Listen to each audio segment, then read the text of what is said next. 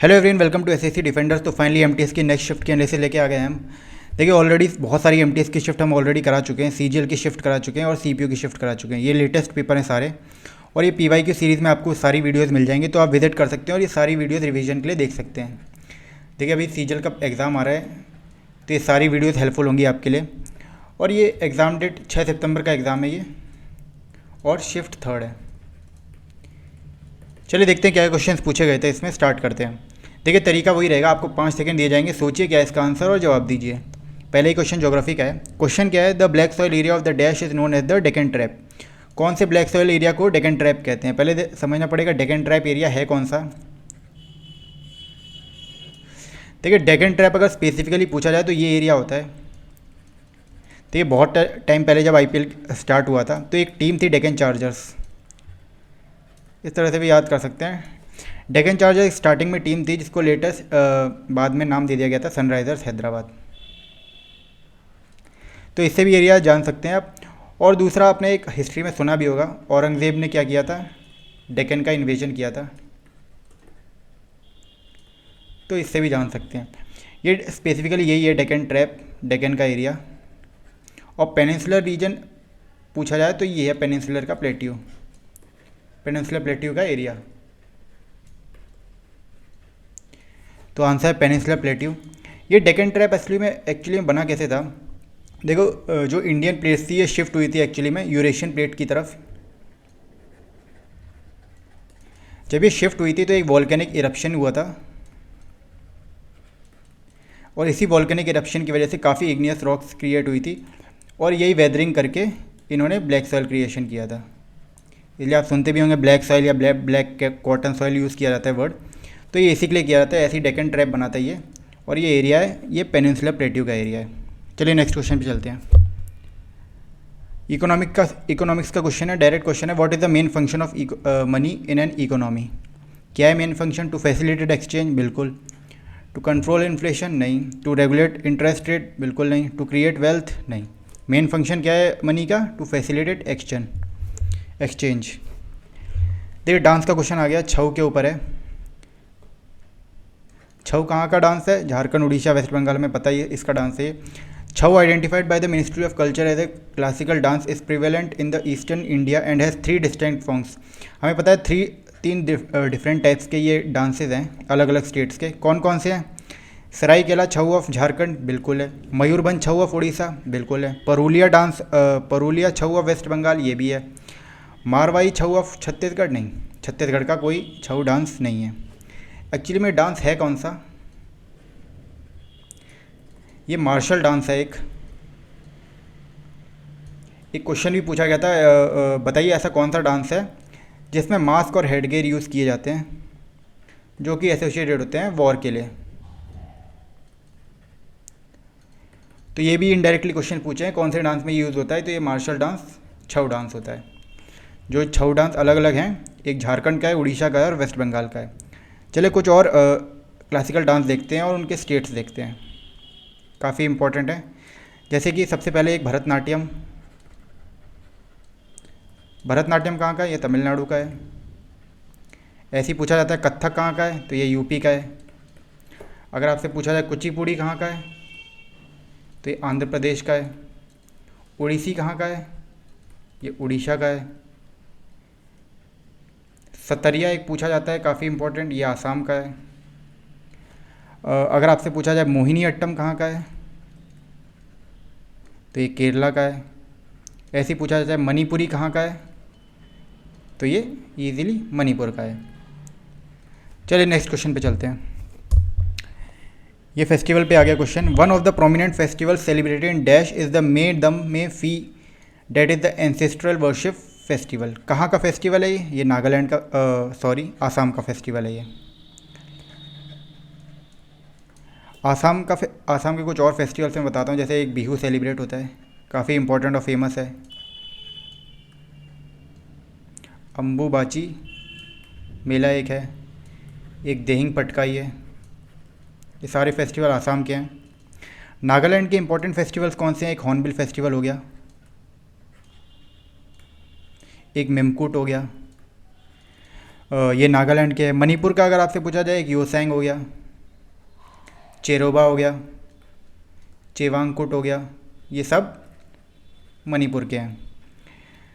चेरोबा एक पूछा भी गया था कि न्यू ईयर फेस्टिवल कौन सा है मणिपुर का, तो ये चेरोबा है। और जो चेरांगकुट है ये एक्चुअली में एक हार्वेस्ट फेस्टिवल है मणिपुर का। मेघालय का पूछा जाए तो वांगला, नोंगक्रम,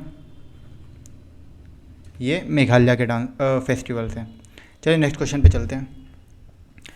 नेक्स्ट क्वेश्चन है which Indian musician is associated with the flute. कौन सा म्यूजिशियन है फ्लूट से एसोसिएटेड, तो काफ़ी इंपॉर्टेंट नाम है, पंडित हरिप्रसाद चौरसिया, ये फ्लूट से हैं। उस्ताद जाकिर हुसैन, ये तबला के प्लेयर, तबला से एसोसिएटेड हैं। पंडित रविशंकर, ये सितार। उस्ताद लारा खान अल्लाह राखा खान, तो ये भी तबला के हैं। Easy question. नेक्स्ट क्वेश्चन पे चलते हैं। स्पोर्ट्स का क्वेश्चन आ गया। क्वेश्चन है which of the following countries did India beat to win the men's hockey junior Asia cup 2023। ये कहाँ हुआ था men's hockey junior Asia cup, ये होस्ट किया था ओमान ने, सलाला सिटी पे। इसे जीता किसने था, इंडिया ने जीता था। इंडिया ने हराया किसको था, इंडिया ने हराया था पाकिस्तान को। 2-1 से इंडिया ने जीता था ये। और थर्ड पोजीशन पे कौन था इसमें अगर आपसे पूछा जाए तो ये साउथ कोरिया था।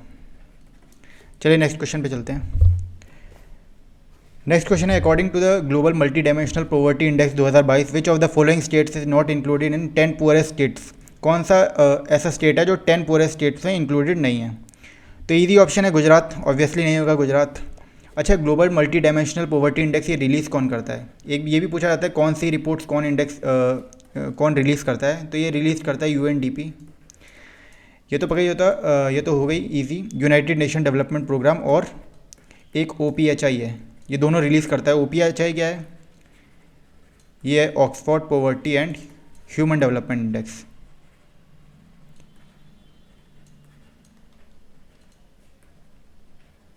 तो ये दोनों मिलके ये रिपोर्ट पब्लिश करते हैं।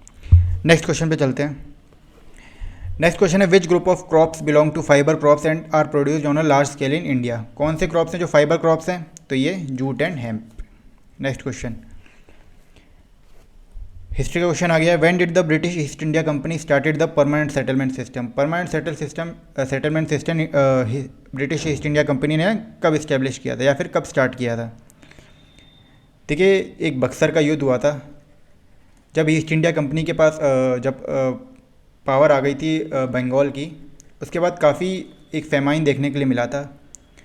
तो उसी को सेटल करने के लिए एक लॉर्ड कॉर्नवालिस थे, इन्होंने ये स्टार्ट करवाया था। और कौन से ईयर में था ये, 1793 में हुआ था। पॉलिटी का क्वेश्चन, आर्टिकल्स। क्वेश्चन है which clause of article 19 of the Indian constitution guarantees the right to move freely throughout the territory of India. कौन सा क्लॉज पूछा गया है जिसमें फ्रीली मूव करने की ताकत देता है एक किसी भी आदमी को, तो ये कौन सा क्लॉज है, ये क्लॉज है क्लॉज डी। क्लॉज सी में क्या बताया गया है, इसमें बताया गया है कि आप यूनियन या फिर कोऑपरेटिव सोसाइटी, ये राइट होता है कि ये यूनियन या कोऑपरेटिव सोसाइटीज़ बना सकते हैं जब कहीं पे भी रोक लगी हो। और क्लॉज बी क्या कहता है, ये ताकत देता है कि allows people to meet one another. Clause A क्या कहता है, ये फ्रीडम देता है स्पीच एंड एक्सप्रेशन की। तो ये कॉन्स्टिट्यूशन गारंटीज देते हैं। नेक्स्ट क्वेश्चन पे चलते हैं। नेक्स्ट क्वेश्चन है in 2022 the centre constituted a committee headed by former union agriculture secretary to look into the issue of MSP. कौन यूनियन एग्रीकल्चर सेक्रेटरी थे ये, तो ये थे संजय अग्रवाल। नेक्स्ट क्वेश्चन है when was the Asian games organised in India for the second time. Asian games कब organise हुए थे इंडिया में सेकेंड टाइम्स, तो ये 1982 में हुए थे। फर्स्ट टाइम इंडिया में कब हुए थे, देखिए जब फर्स्ट टाइम होस्ट ही किया गया था, जब आया ही था ये, तो 1951 में सबसे पहली बार एशियन गेम्स दिल्ली में ही हुए थे। आगे पूछ सकते हैं कि 2022 का कब हुआ था, 2026 के कहाँ होंगे, 2030 के कहाँ होंगे और 2034 के कहाँ होंगे। हर 4 साल के डिफरेंस में होता ही है। तो 2022 के चाइना में हुए थे, होंगजू चाइना सिटी है, वहाँ पे भी हुए थे। 2026 के कहाँ होंगे, ये जापान में होंगे। और इसमें सिटी बताया भी गया ये नगोया जापान के सिटी में होंगी, नगोया सिटी ऑफ जापान। 2023 के कहाँ 30 के कहाँ होंगे, दोहा में होंगे कतर। 2034 के ये रियाद में होंगे। चलिए नेक्स्ट क्वेश्चन पे चलते हैं। नेक्स्ट क्वेश्चन है, in the realm of social science humus is considered. Humus क्या है? तो ये ह्यूमस है decaying organic matter in soil. Next question है who among the following design the India Gate. India Gate किसने बनाया था? इजी क्वेश्चन, एडविन लुटियंस, इन्होंने बनाया था। इन्होंने एक्चुअली में डिज़ाइन दिया था इंडिया गेट। एडविन लुटियंस ने काफ़ी सारी सिटीज़ बनाई है। दिल्ली का एक्चुअली में रोड मैप भी इन्होंने ही तैयार किया था, जो ब्रिटिश टाइम पे था। चलिए बताइए, क्वेश्चन पूछा था इंडियन फ्लैग का डिज़ाइन किसने क्रिएट किया था? तो ये थे पिंगाली वेंकैया। ये भी काफ़ी जगह पूछा जाता है, तो ये पिंगाली वेंकैया। नेक्स्ट क्वेश्चन पे चलते हैं। नेक्स्ट क्वेश्चन है, the president of India conferred the Padma Shri award to Sanat Thoiba Sharma for his distinguished service in the field of. Field पूछा गया 2023 में कौन सी थी ये थांगटा है। ये है क्या? ये मार्शल आर्ट है एक मणिपुर का, जिसमें ये लोग स्वॉर्ड, स्पेयर और डैगर यूज़ करते हैं, डैगर शोकेस करते हैं। एक मार्शल आर्ट है मणिपुर का। इस फील्ड में इनको पद्मश्री अवार्ड दिया गया था। नेक्स्ट क्वेश्चन पे चलते हैं। नेक्स्ट क्वेश्चन है, who nominates member of the Rajya Sabha based on their excellence in literature, science, art and social service. कौन करता है? इजी क्वेश्चन, प्रेसिडेंट करेगा। प्रेसिडेंट नॉमिनेट करता है मेंबर्स को। नेक्स्ट क्वेश्चन पे चलते हैं। बुक का क्वेश्चन है, पिंजार इज अ नोवेल बाय, किसने किया पिंजार? ये अमृता प्रीतम की नोवेल है।